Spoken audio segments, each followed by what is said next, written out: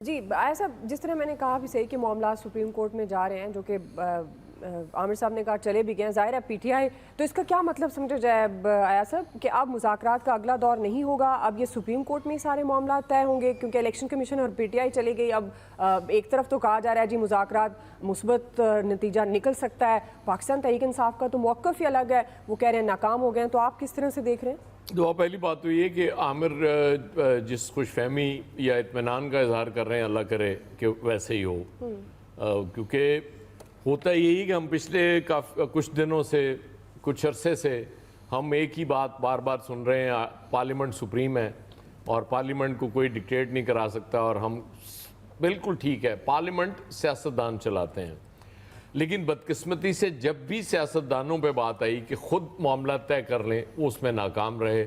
और फिर जाहिर है तीसरी कुव्वत को उन्होंने मौका दिया कि वह आएँ और इनके मामला चलाएं या हल कराएं, जो भी रहा हो।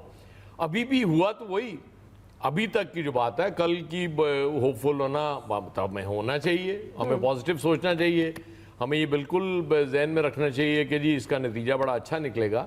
लेकिन अभी तक का नतीजा तो वो उस लतीफ़े जैसा है जो उसने कहा जी बस रिश्ता तय हो गया अब ऑलमोस्ट, हम लड़के वाले तो तैयार हैं, बस वो उधर से बात होनी बाकी है। तो 50% ये मामलात हो गए। ये सागदार साहब जो फरमा रहे थे उससे मुझे ये लतीफ़ा याद आया। आप बैठ जाते, आपने ये भी तय कर लिए एक ही दिन मुज़ाकरात होंगे, बहुत बड़ी कामयाबी है। यूसुफ रज़ा गिलानी साहब की खुशफहमी भी अपनी जगह के, जी रिज़ल्ट भी तस्लीम किए जाएंगे, सारा कुछ ठीक है। लेकिन इसमें अगर वो डेट भी तय कर ली जाती तो कोई इशू नहीं था कि ठीक है जी हम अगस्त में करा लेते हैं या सितंबर के शुरू में। जब इस तरह से चीज़ें आप उठ जाते हैं और ये हतमी नतीजा नहीं निकाल के उठते तो फिर शक पड़ता है और फिर आप पे तनकीद भी होती है कि शायद कहीं से प्रेशर था। क्योंकि हमें पीएमएलएन में भी दो ग्रुप नजर आ रहे हैं ना, एक हार्डलाइनर है, हॉक्स हैं जो कह रहे हैं कि बात ही नहीं करनी चाहिए इनसे, इनको बिल्कुल फारिग करें। कुछ लोग हैं जो कहते हैं कि नहीं जी इनसे बात होनी चाहिए।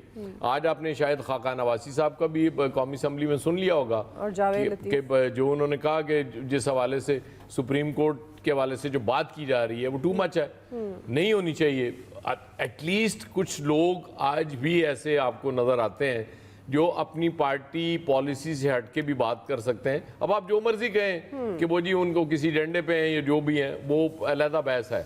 लेकिन एक बात एक शख्स ने अच्छी की, उस फ्लोर पे खड़े होके की जहां से ताबड़तोड़ हमले किए जा रहे हैं आजकल सुप्रीम कोर्ट पे।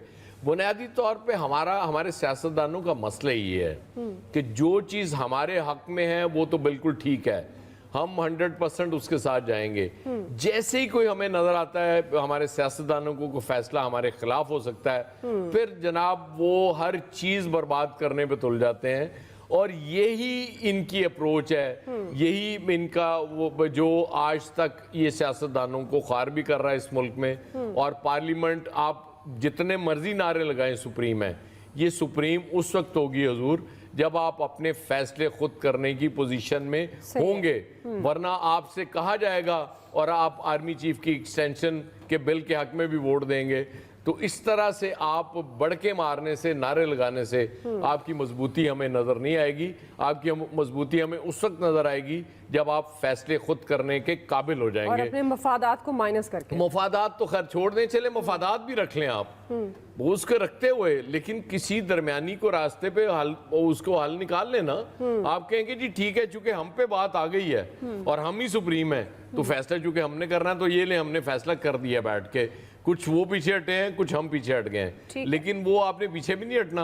और तब आप तो ये शो करा रहे हैं कि, और ये एक बात मैं जाते जाते आपसे जरूर आखिर में कहना चाहूंगा कि पीटीआई ने नो डाउट बहुत कंसीड किया है इन मुज़ाकरात में। पीटीआई की तरफ से लचक बहुत ज्यादा थी जो गवर्नमेंट की तरफ से मुझे नजर नहीं आई।